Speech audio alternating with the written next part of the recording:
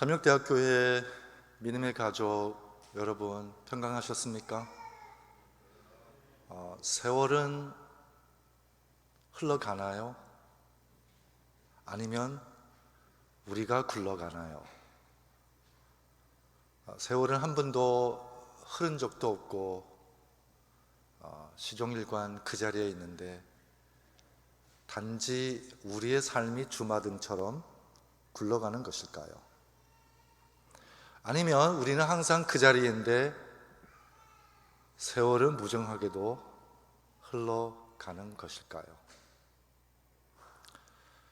오늘 함께 생각해 볼 화두는 천하 모든 강물은 바다에서 하나 된다입니다. 여러분, 강물은 큰 강물이든 작은 강물이든 다 어디로 향해 달리죠? 바다를 향해 달립니다. 마치 프로그래밍 된 것처럼요. 강물의 죽음이란 뭘까요? 강물의 죽음은 바다에 당도하기 전에 메마르는 것입니다.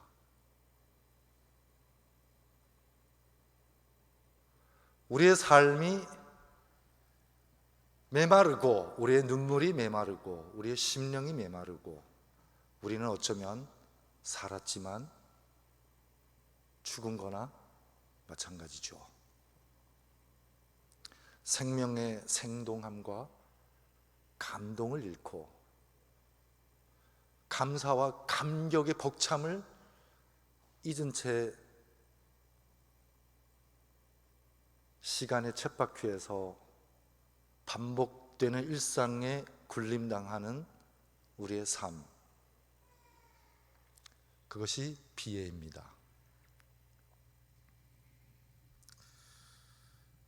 여러분, 청장고원입니다. 만년 설이 덮여져 있는 해발 6,000m 이상의 삼봉우리들이 즐비한 고원입니다. 에베레스트봉, K2 다 이 지역이죠. 이 청장고원에 당고라 산맥이라는 산맥 위에 갱납단동이라는 봉우리에서 만년설이 똑똑똑똑 녹아내립니다. 그 녹아내린 물이 모이고 모여서 옹달샘이 됩니다. 그 옹달샘이 또 쌓이고 쌓여서 드디어 깊은 심연이 됩니다. 그래서 넘쳐서 흐르기 시작합니다. 그 흐름을 우리는 천이라고 하죠. 천, 실개천. 그 천이 주구장창 흘러서 강이 되고 하가 되고 하들이 만나서 드디어 강이 됩니다. 그 강이 바로 6,392km의 길이를 자랑하는 세계 세 번째 길이에 우리가 양자강으로, 양쯔강으로 알고 있는 장강입니다.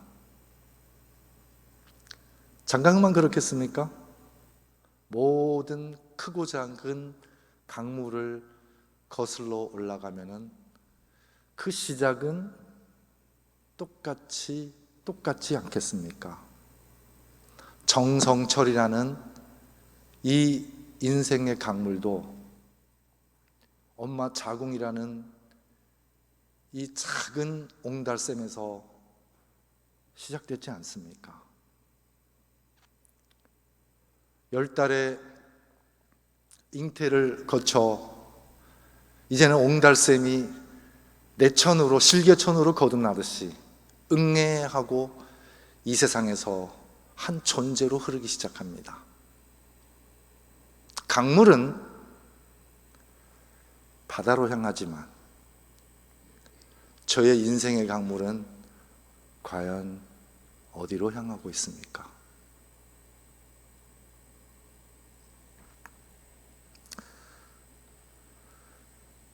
이렇게 옹달샘이 넘쳐 흘러서 굽이굽이 흐릅니다. 그럼 어떻게 강물들은, 천하의 모든 물줄기들은 바다로 향할까요? 내비라도 달았나요? 누가 그렇게 프로그램이라도 하셨나요?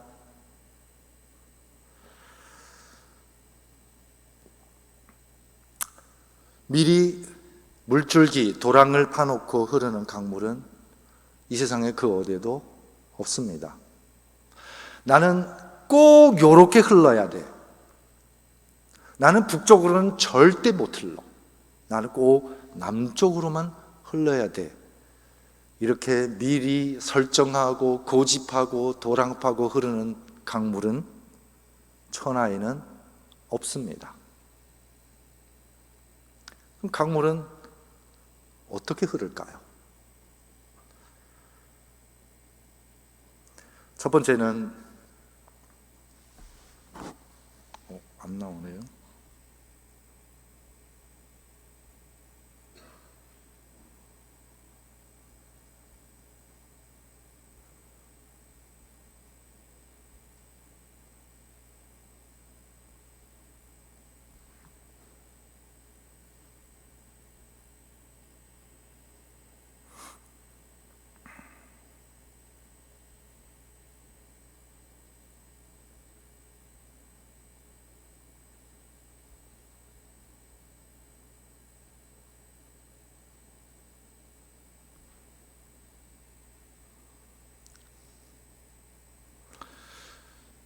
미리 도랑을 파놓고 흐르는 강물은 이 세상에 없습니다. 그러면 강물은 뭐에 따라서 흐를까요? 강물은 이치에 따라 흐릅니다.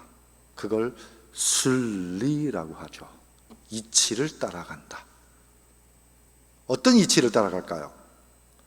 바로 모든 물은, 천하의 모든 물은 높은 데서 낮은 곳으로 흐르는 본성이 있다는 것입니다. 물은 방향을 설정해 놓고 흐르는 것이 아니라 본성 따라 흐를 뿐입니다. 여러분, 하늘나라를 우리의 목적지로 설정해 놓고 흐르는 그리스도의 삶은요, 마치 내가 갈 길을 미리 파놓고 흐르는 강물과도 방불합니다. 어려워요. 힘들어요. 없어요. 그런 길은요. 하늘 나라로 가는 길은 예수님 그 자체고요. 그 길 따라 흐르는 모든 생명의 강물은 그리스도의 본성을 다시 되찾을 때만 가능하다는 말씀입니다. 우리는 본성대로 가는 거지, 그 본성을 저버린 채 거슬리면서 역행하면서 가는 삶이 억지의 삶이 아니라는 거죠. 왜 우리의 신앙이 왜 이렇게 메마르고 힘듭니까? 억지입니다. 억지. 왜 억지일까요? 그리스도의 심성과 하나님께서 우리에게 부여한 본성을 되찾지 못한 채 우리의 힘으로, 우리의 의지로, 우리의 기필코로, 우리의 반드시로 흐르기 때문에 힘든 겁니다. 위에서 아래로 흐르는 물의 본성이 물의 방향을 결정해 줍니다. 그걸 뭐라고 하죠? 그걸 성향이라고 얘기합니다. 그리스도인의 방향은 우리가 설정해서 가는 방향이 아니라는 것을 이 시간에 나누고 싶은 겁니다. 그럼 우리는 어디를 향해서 어떻게 흐를까요? 본성을 되찾는 겁니다. 하나님의 형상, 즉 생기를 불어넣어주며 우리를 생명으로 만드신 그 하나님의 본래의 뜻을 되찾아가는 것입니다.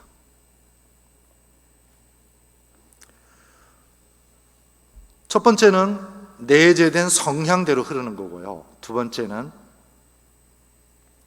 새를 따라 흐릅니다. 무슨 새요? 지새예요.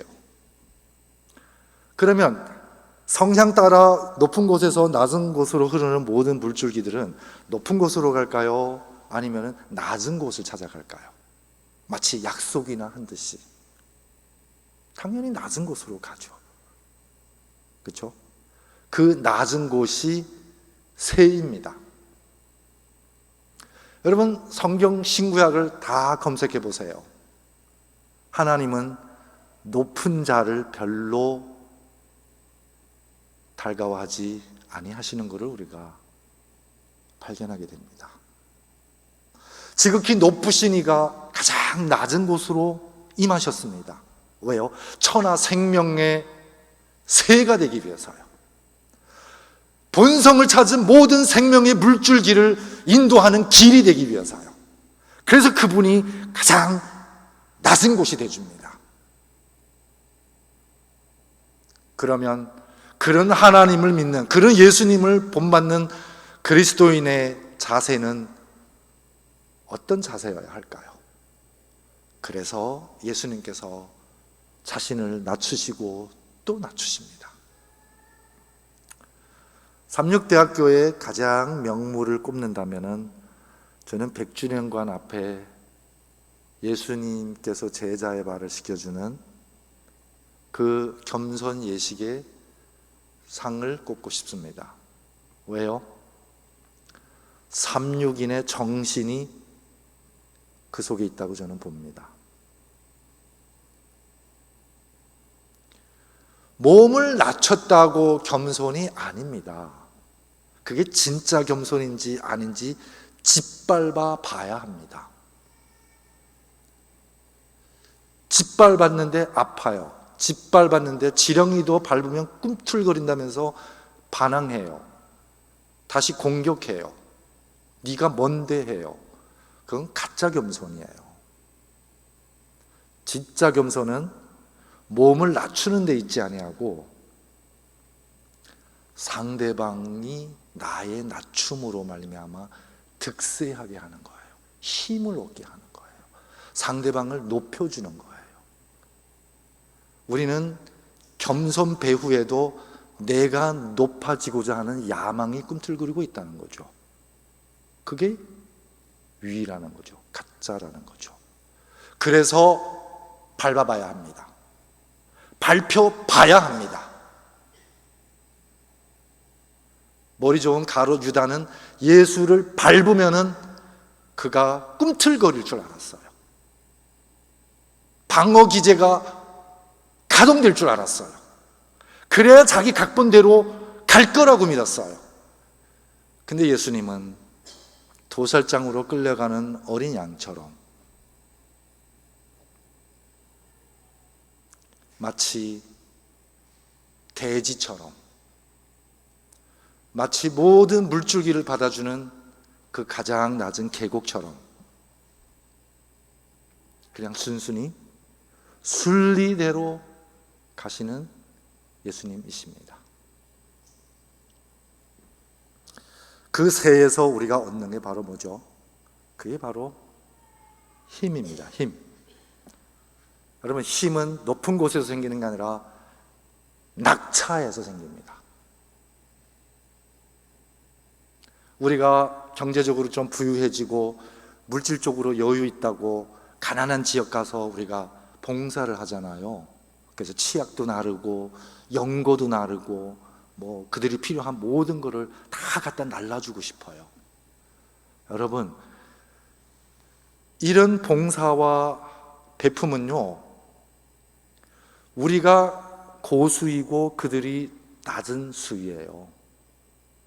우리의 조금 남는 잉여 에너지가 순환할 수 있었던 것은 그들의 우리보다 낮은 낙차 덕분이라는 걸 우리가 깨달아야 합니다.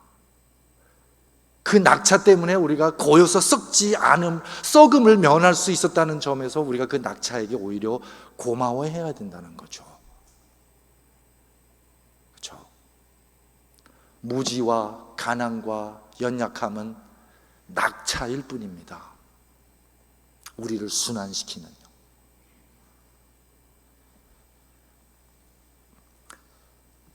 하나님이 이르시되 천하의 물이 한 곳으로 모이고 물이 드러나라 하시니 그대로 되니라.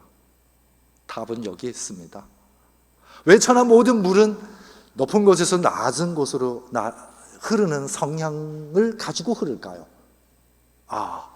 창조 때, 창세 때 하나님께서 모든 물줄기에게 이 본성을 부여하셨다는 것입니다.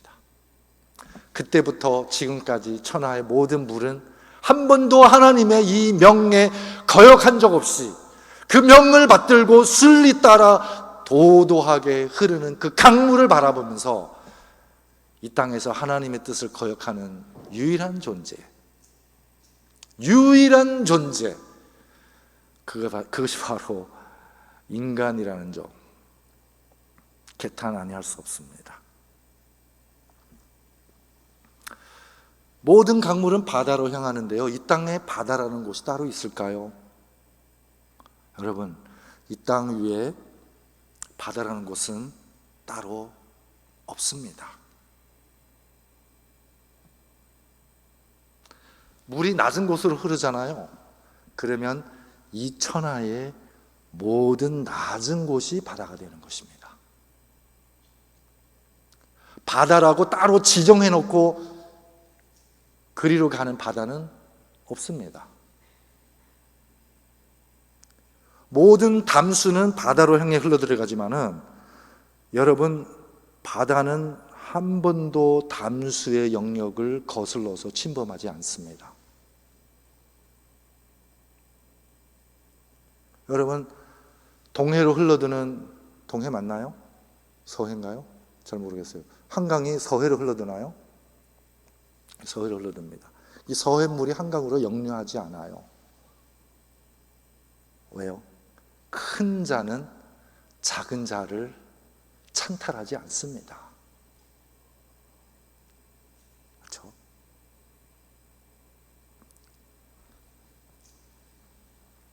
이 땅의 모든 낮은 곳은 다 뭐가 된다?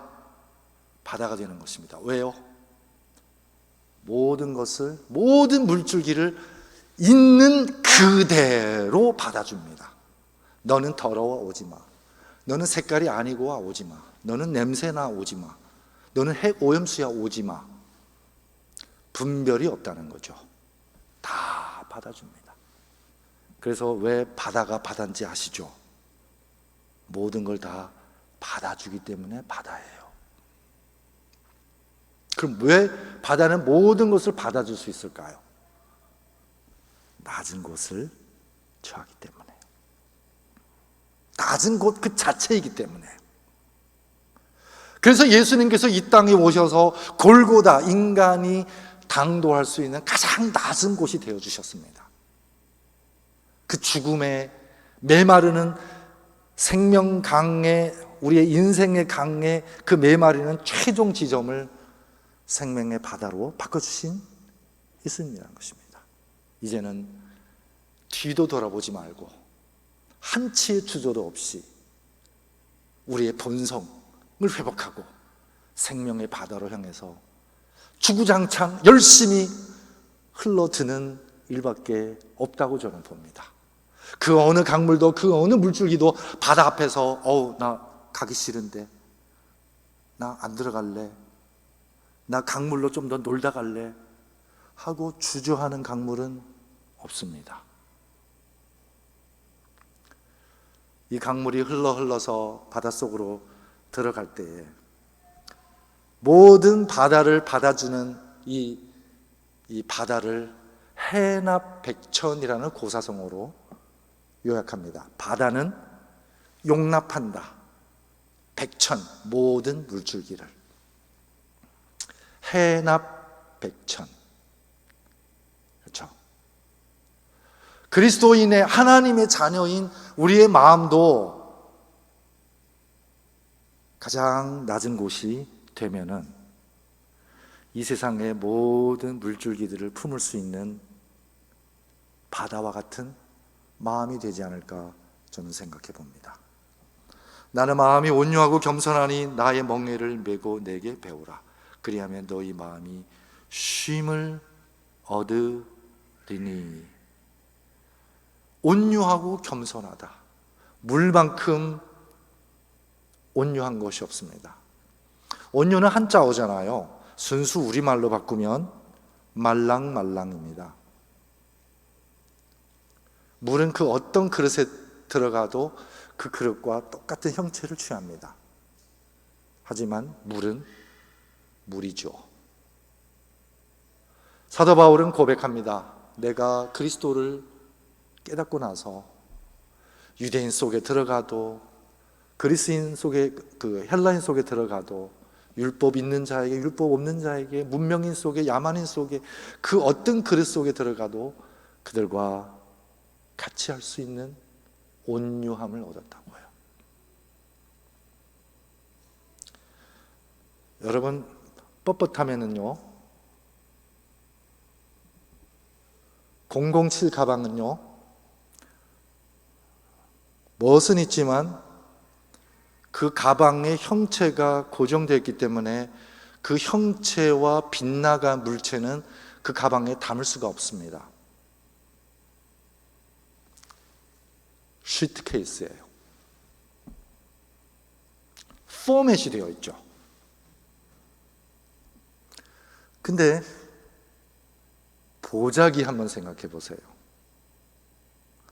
여러분 추석 때 이제 추석이 다가오는데 아무 데서나 과일 선물 박스 하나 사보세요. 그러면은 예쁜 황금색 보자기로 싸주나요? 그렇죠? 그 보자기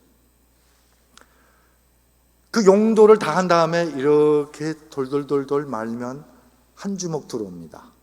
가방 아무 데나 쑤셔 넣을 수 있습니다. 그리고 언제든지 꺼내면은 형체에 상관없고 수박이든 과일 박스든 네모든 세모든 다 감쌉니다. 왜요? 부드럽기 때문에. 나는 꼭 이래야만 돼. 나는 반드시 이거여야 돼.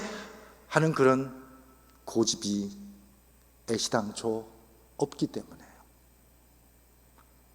온유한 마음은 007 가방의 마음이 아니라 보자기의 마음이라고 저는 생각해 봅니다. 포맷이 딱 되어서 폼은 나지만 그 폼에 안 들어오는 것은 마음에 안 듭니다. 마음에 못 듭니다. 그 틀이 딱 형성되면은 그 틀과 안 맞는 것은 틀렸습니다. 그 틀을 깨야 바다 같아야 보자기 같아야 낮은 곳을 처해야 이 천하에서 가장 큰 그릇이 된다는 것, 실물 교훈이 우리에게 가르쳐주고 있습니다.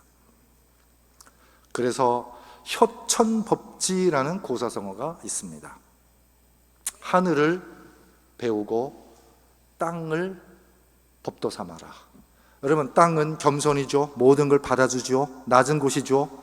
하늘은요? 하늘은 높은 곳입니까? 여러분 잘 생각해 보세요. 하늘과 땅은 한 번도 동떨어진 적이 없습니다. 지구를 항상 감싸고 있는 것이 하늘이죠. 하늘은 저 위서부터 하늘이 아니라 땅에서부터 하늘입니다. 그래서 우리 인간은 하늘과 땅 사이에 사는 겁니다.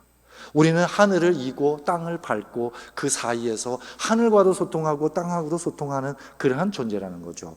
땅에서는 겸손을 배운다면 하늘에서는 무엇을 배워야 할까요? 모든 것을 감싸주는 그 아량을 배워야 하는 것입니다. 모든 것을 받아주고 모든 것을 감싸주는 그런 하늘의 품성, 하늘의 본성을 지녔다면 인간세에서, 이 인세간에서 뭔들 문제되겠습니까?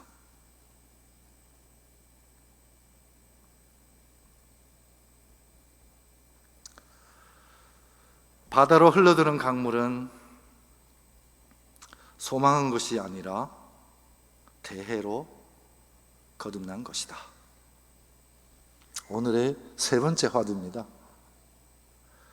바다로 흘러들었다고 한강이 사라졌나요? 없어졌나요? 없어졌죠. 여러분, 바닷속에 태평양 속에서 한강이 따로 흐르나요? 양쯔강이 따로 흐르나요? 미시시피 강이 따로 흐르나요?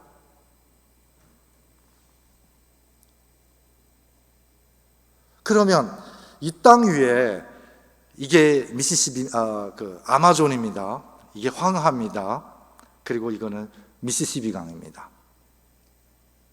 제가 인터넷에서 검색했더니 이 사진들이 마음에 들더라고요. 공통점이 뭐죠?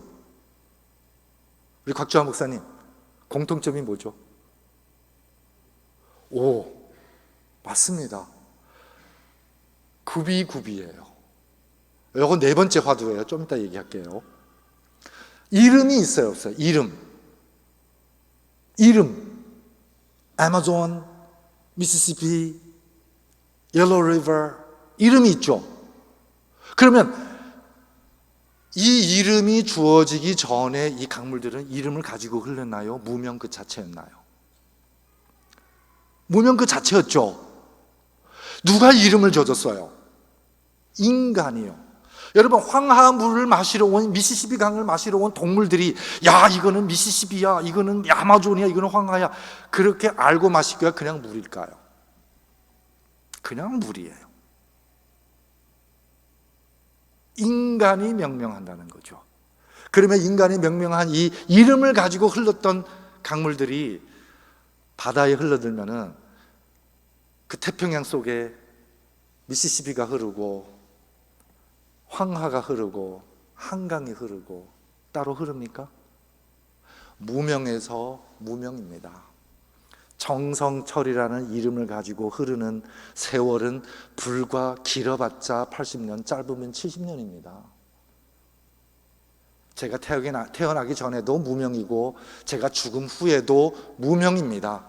이 잠깐 부여받은 그 명예 하나 때문에 목숨을 걸고 사는 인생. 그래서 바다 앞에서 바다와 하나 되는 것을 주저하는, 죽음을 두려워하는, 그래서 안 들어가겠다고 발버둥 치는 그러한 삶이야말로 이 땅에서 메말라 죽겠다고 작정한 삶이 아니겠습니까?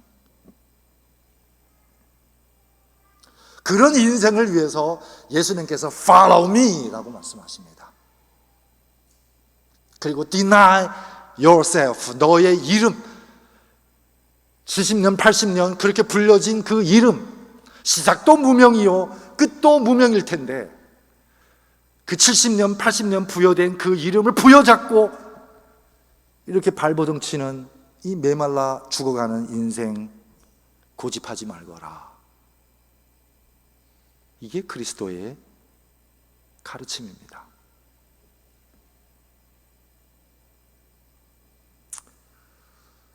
그래서 천하의 강물은 본래 이름이 없습니다. 전에도 없었고 바다에 흘러들어가면 그 이름은 소실됩니다. 하지만 이름이 소실됐다고 그 물이 사라진 것은 아닙니다. 그 물은 대해로 거듭난 거죠. 정성철이라는 70년 80년 흘렀던 인생 강물이, 정성철이라는 이름으로 흘렀던 그 강물이 그리스도의 영원한 바닷속에서 어찌 정성철이 또 그 안에서 흐르겠습니까? 생명이 일체되어서 그리스도의 생명으로 영존하는 거죠. 그게 영생이지 어찌 또 다른 자아를 천국에서 찾습니까? 그렇게 이 땅에서 고생하면서 우리가 소멸하고자 했던 것이 자아인데 그 자아를 어찌 영원한 나라 속에서 도 유지하고 고집하겠다고 했습니까? 어불성설이죠. 그래서 이 사진이 저에게 꽂혔습니다. 이게 위성에서 남미주를 보니까 그 아마존 강이 어마어마해요. 그 물줄기가요. 저는 그 사진을 딱 보는 순간 콩팥이네 그 생각이 들었어요. 다시 이 사진을 보니까 허파네. 제 눈에는 그렇게 보였어요. 우리 여러분 눈에는 어떻게 보이시나요? 제가 암시를 해드렸나요? 여러분, 좀 전에 곽주환 목사님께서 미리 답을 주셨는데, 여러분, 이 수많은 강물의 물줄기들, 직선으로 흐르는 강물은 없습니다. 네 번째 화두입니다. 직선으로 흐르는 강물은 인공 운하밖에 없습니다.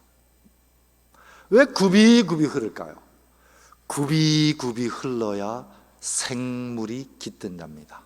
너무 급속도로 내려가면은 둥지 트기 전에, 알 까기 전에 다 휩쓸려 내려가죠. 생기가 소멸된답니다. 그래서 인생은요, 너무 급하면 안 돼요.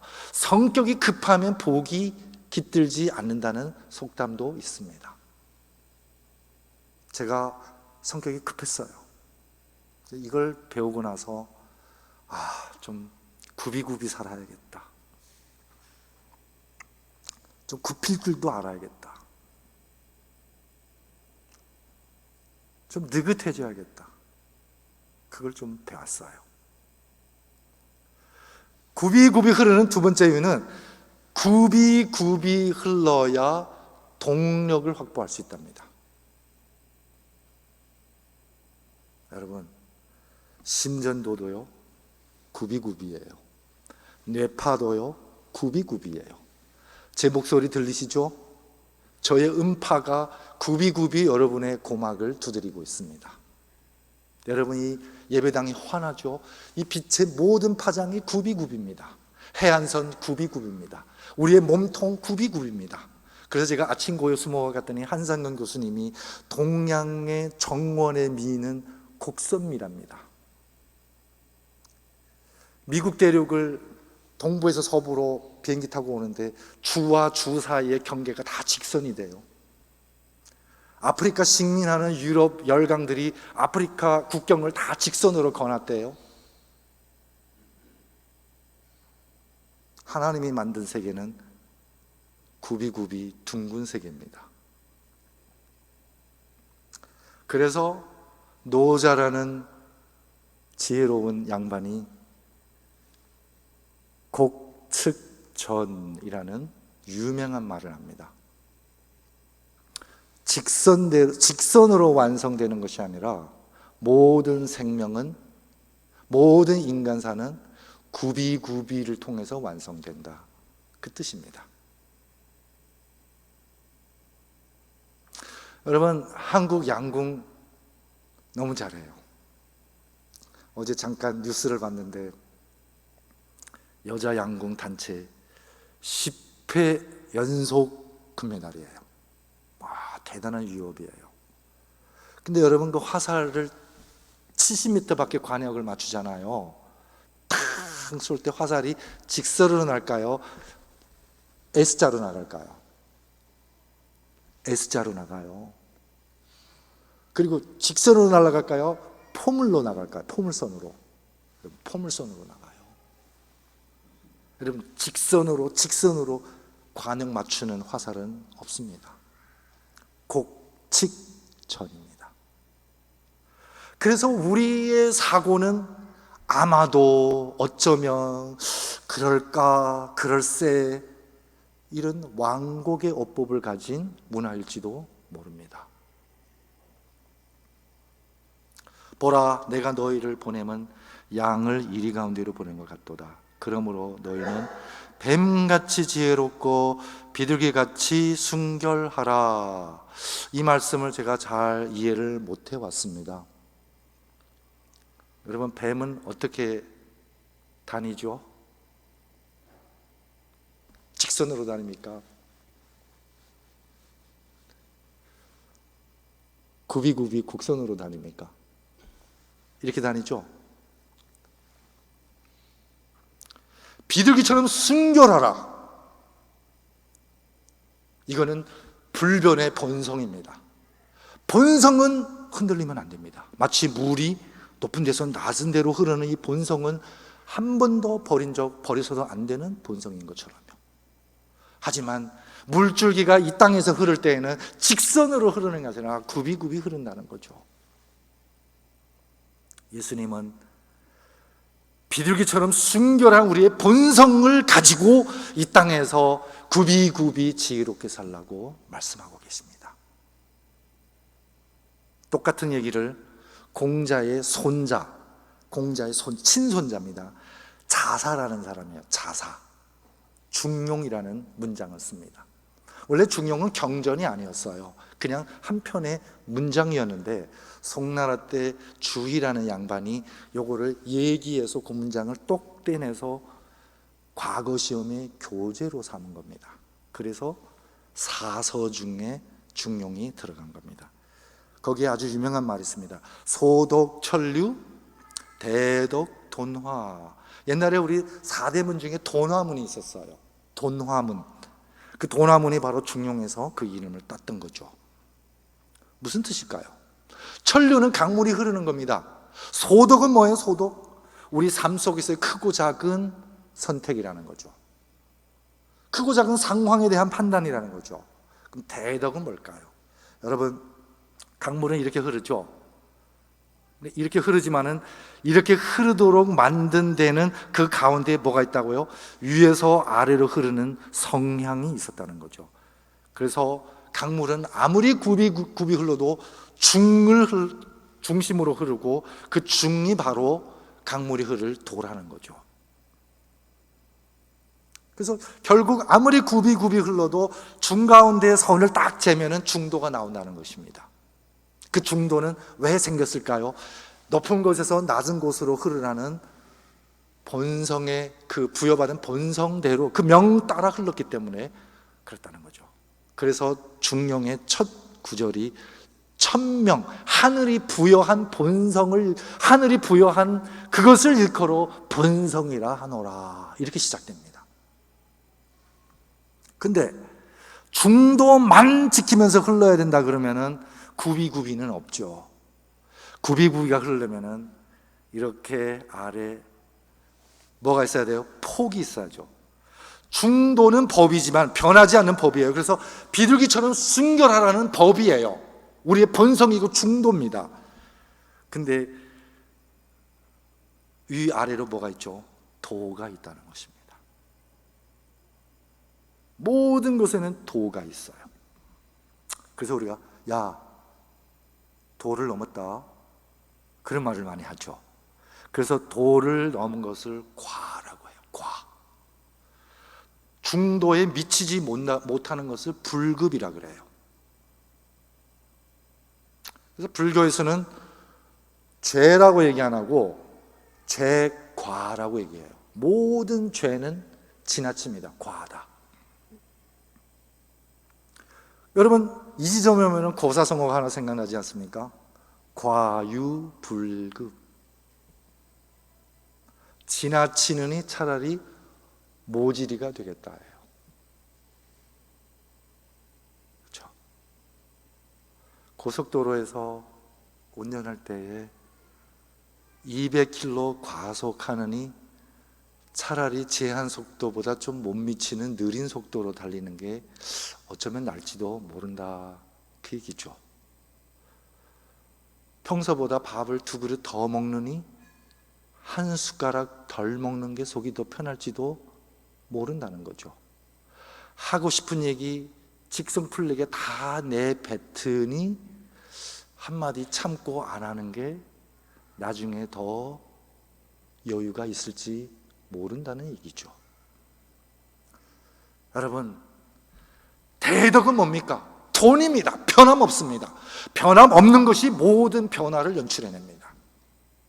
비둘기처럼 순결한 그리스도인의 본성, 이걸 지니고 있으면 우리는 예수 그리스도의 영원한 생명의 바다를 향해서 우리는 흐르게 되어 있습니다.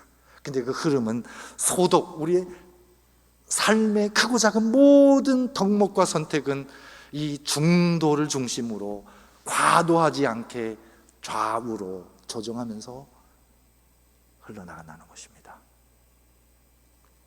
이것이 어쩌면 오늘 강물이 우리에게 주는 실물 교훈입니다.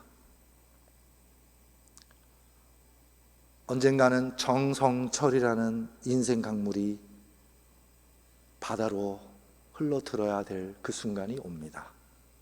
저는 기꺼이 추호의 주저없이 그 바다로 뛰어들 겁니다. 순리이기 때문에, 거듭남이기 때문에요. 그리고 이 땅에서 흐르는 동안 굽이굽이 흐르지만 항상 하나님의 말씀의 중도를 중심으로 과불급 없이 늘 말씀의 원칙에 가까이 하면서, 그러면서도 이 땅에 하나님의 말씀을 깨닫지 못한 중생들에 대한 연민과 배려를 가지고 지혜를 가지고 살고 싶습니다. 이 말씀으로 마무리하겠습니다. 여호와의 율법은 완전하여 영혼을 소생시키며 중도죠. 대덕입니다. 대덕.